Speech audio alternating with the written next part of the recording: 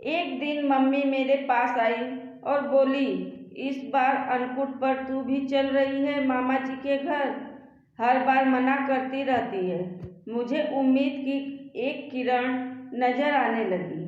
मैंने मामा जी के घर जाने की तैयारी शुरू कर दी ताकि कुछ अधूरी कहानियों को उनके अंजाम तक पहुंचा सकूं।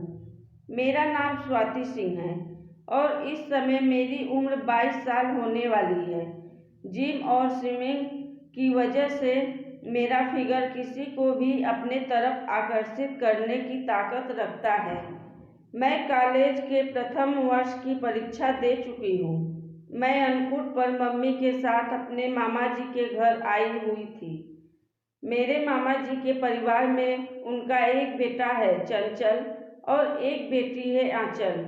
मेरे अपने ममेरे भाई चंचल से दोस्ताना व्यवहार था। चंचल की उम्र 25 साल है।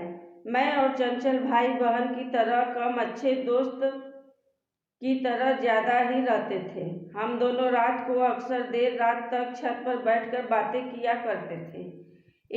एक रात हमारी बातों का सिलसिला गर्लफ्रेंड और बॉयफ्रेंड था। उसने तो मुझे अपनी गर्लफ्रेंड के बारे में बता दिया था, लेकिन उसने मुझसे पूछा तो मैंने मना कर दिया क्योंकि मेरा कोई बॉयफ्रेंड नहीं था। लेकिन मैं जिससे प्यार करती थी उससे अपने प्यार का इजहार नहीं किया था। सिर्फ हम दोस्त की तरह थे।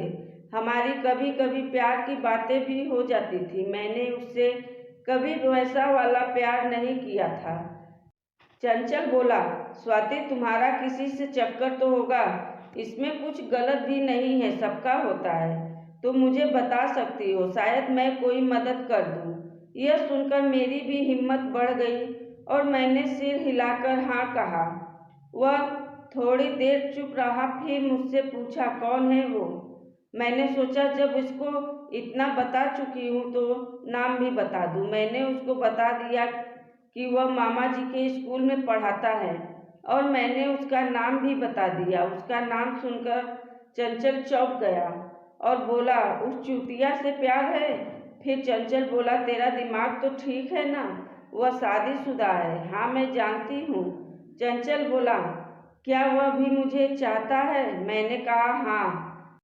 चंचल बोला, तुझे मालूम है कि वह किस तरह का आदमी है? फिर मैंने कहा, बहुत अच्छा है। यह सुनकर चंचल बोला, तुझे कुछ नहीं पता है, मैं जानता हूँ। उसको बहुत ही गिरा हुआ इंसान है। अचानक वह चुप हो गया और कुछ देर बाद बोला, एक बात बताओ, सच सच बताना। मैंने कहा हाँ पूछो। फिर चंचल ने पूछा, क्या तुम दोनों में कुछ हुआ है? मैंने पूछा, क्या मतलब? चंचल बोला, मतलब ऐसा कुछ संबंध वगैरह? मैंने कहा नहीं, उसने मुझे कभी छुआ भी नहीं, वह ऐसा नहीं है। फिर चंचल ने कहा, तू नहीं जानती उसको, एक नहीं काफ़ी लड़कियों से संबंध है। वह तुम्हारे साथ भी संबंध बनाना चाहता है। तब मैंने कहा, वह ऐसा नहीं है, तुम्हें कोई गलतफहमी है। चंचल बोला, अच्छा मैं ये साबित कर सकता हूँ। मैंने कहा ठीक है तो करो, अगर वह ऐसा हुआ जो तुम कहोगे मैं वही करूँगी, और अगर ऐसा नहीं हुआ तो मैं उससे मिलती रहूँगी और तुम कुछ नहीं कहोगे। चंचल बोला, ठीक है, मेरे लिए ये मुश्किल नहीं है, कल शाम तक देख लेना, सब सामने आ जाएगा। और ये कहकर वह चला गया। मैं भी नीचे आकर सो गई। अगले दिन सुबह जब मैं उठी तो चंचल जा चुका था। मैं उससे पूछना चाहती थी कि वह कैसे पता करेगा, लेकिन मेरी हिम्मत नहीं हुई। चंचल रात को जब घर वापस आया तो उसके चेहरे पर एक अजीब सी खुशी थी। वह मुझसे कुछ नहीं बोला और अपने कमरे में चला गया। फिर खाना खाकर वह छत पर चला गया जहां अक्सर हम दोनों बैठकर बातें करते थे। मैं भी छत पर आ गई। चंचल मुझे एक अजीब सी नज़रों से देख रहा था। मेरी हिम्मत नहीं हो रही थी कि मैं उससे कुछ पूछ सकूं। फिर भी हिम्मत करके बोल दी, क्या सबूत है तुम्हारे पास कल वाली बात का? कुछ देर गुजरने के बाद चंचल बोला, जाओ देख कर आओ सब सो गए या नहीं। यह मेरे लिए अजीब सी बात थी, लेकिन मैं चुपचाप देख कर आ गई। सब सो चुके थे। उसने सीढ़ियों के गेट की कुंडी लगा दी। मैं हैरान थी लेकिन कुछ नहीं बोली। चंचल ने अपना मोबाइल निकाला और मोबाइल में वीडियो सर्च करने लगा और मेरे पास खिसक कर बैठ गया। वीडियो सर्च करते हुए चंचल बोला, देखो स्वाति, हम दोनों भाई बहन हैं, लेकिन साथ में अच्छे दोस्त भी हैं। हम दोनों में ऐसी दोस्ती है कि हम सब कुछ आपस में शेयर कर सकते हैं। मैं ठीक कह रहा हूँ ना?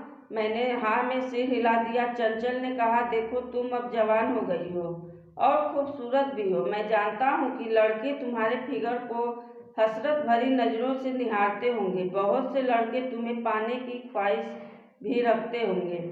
ऐसे ही वह टीचर भी तुमसे संबंध बनाना चाहता है। इस बात का सबूत इस वीडियो में है। इसको देखो और गौर से सुनो, इसके बाद मैं तुमसे बात करूँगा।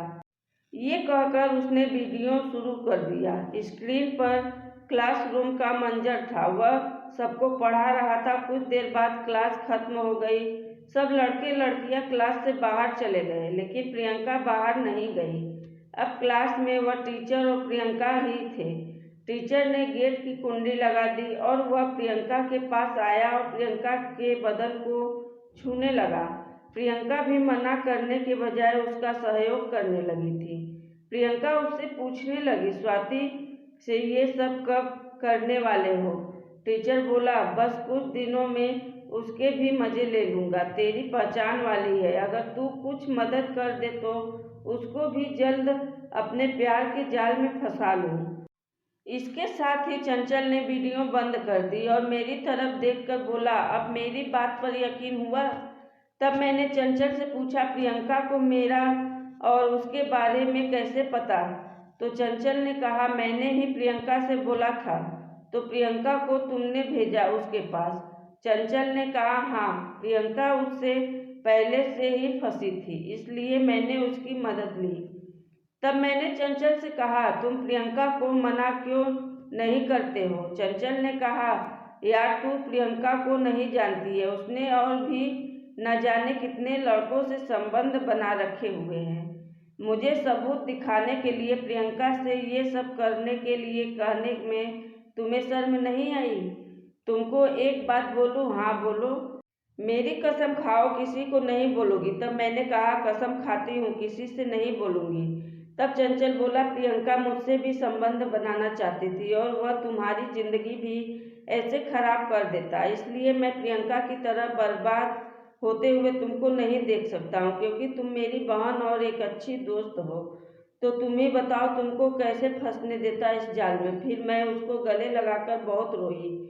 अब हम दोनों में दोस्ती और भाई बहन का प्यार और गहरा हो गया। धन्यवाद।